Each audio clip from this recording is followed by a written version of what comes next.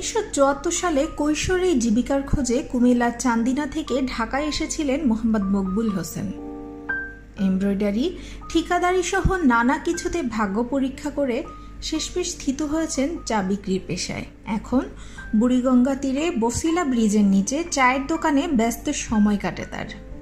74-এর আগস্টের শুরুতে ঢাকায় আসা 10 বা 12 মকবুল হোসেন এক বছরের মাথায় দেখে ফেলেন ইতিহাসের নৃশংসতম হত্যাকাণ্ড।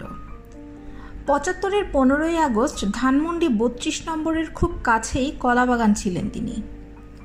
সারা বাংলাকে জানালেন সেদিনের সেই অভিজ্ঞতা।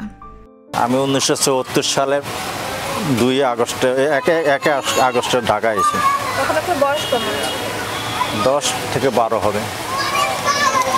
কুমিল্লা থেকে আসছেন? হ্যাঁ, কুমিল্লা থেকে আসছি। তখন গাড়ি ভাড়া ছিল 5 টাকা, তাও বাসের ছাদে করে আইতে হয়েছে। ঢাকা আসছিলেন কেন? অভাবের সংসার, কি করব, ছোট থেকে এই দেশে এসে গেছি, আর কি করব। আপনার বাবা কি করতেন? বাবা তখন ব্যবসা করত, টুকটাক ব্যবসা আর কি। আপনি বলছেন যে 15ই আগস্টে যখন 32 নম্বরে বঙ্গবন্ধুর বাড়িতে যখন হামলা হলো, ওই সময়টা আপনি কলাবাগান? আমি কলাবাগান ছিলাম। হ্যাঁ, কলাবাগান সিএমবি অফিস, আমার মামাতো ভাই থাকতো, ওনার এখানে আসছিলাম 2 দিন আগে বেড়াইতে। তখন আমি থাকতাম নিউ মার্কেট, বাইরে এখানে আইছিলাম। ওই রাত্রে 15 আগস্টে জাতির জনকের উপর হামলা হয় এবং ওনাকে নির্মমভাবে হত্যা করে। তখন আমরা যখন দেখছি যে গোলাগুলি হইতেছে, তখন ঘুরে যে একটা ড্রেনের ভিতরে পলাইছিলাম।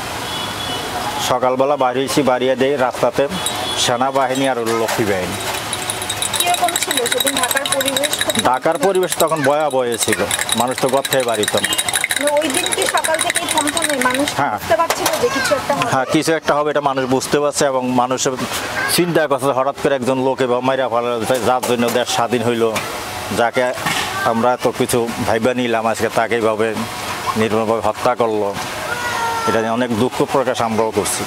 এর আগে স্বাধীনতার পর সরাসরি বঙ্গবন্ধুকে দেখেছিলেন তিনি। বঙ্গবন্ধুর আদর্শ বুকে ধরে জীবন পার করা মোহাম্মদ মকবুলের জীবনের সেরা মুহূর্ত সেটি। তখন জায়গার নাম ছিল হাসান আলী বস্তি, এখন হলো চন্দ্রিমা মার্কেট। কোন সালে? এটা 75 থেকে আপনার 75 15 আগস্ট থেকে নিয়ে 74 ভিতরে আর কি। 74 সালে? হ্যাঁ, এর ভিতরে। তখন উনি একটা গাড়ি করে আসলো, খোলা গাড়ি, ওনার বডিটাও ছিল সেরকম, চশমা চোখে দিত, ফ্রেমটা ছিল কালো। তো উনি গাড়িতে নামলো, আমি সামনে আসছিলাম, আমাকে মাথা হাত দিয়ে বললো, বেঁচে থাকো বাবা। শৈশবে মুক্তিযুদ্ধে জড়িয়ে পড়েছিলেন মোহাম্মদ মকবুল। অতটুকু বয়সে তো আর কিছু করতে পারতেন না, মুক্তিযোদ্ধাদের সাহায্য করাই ছিল তার কাজ।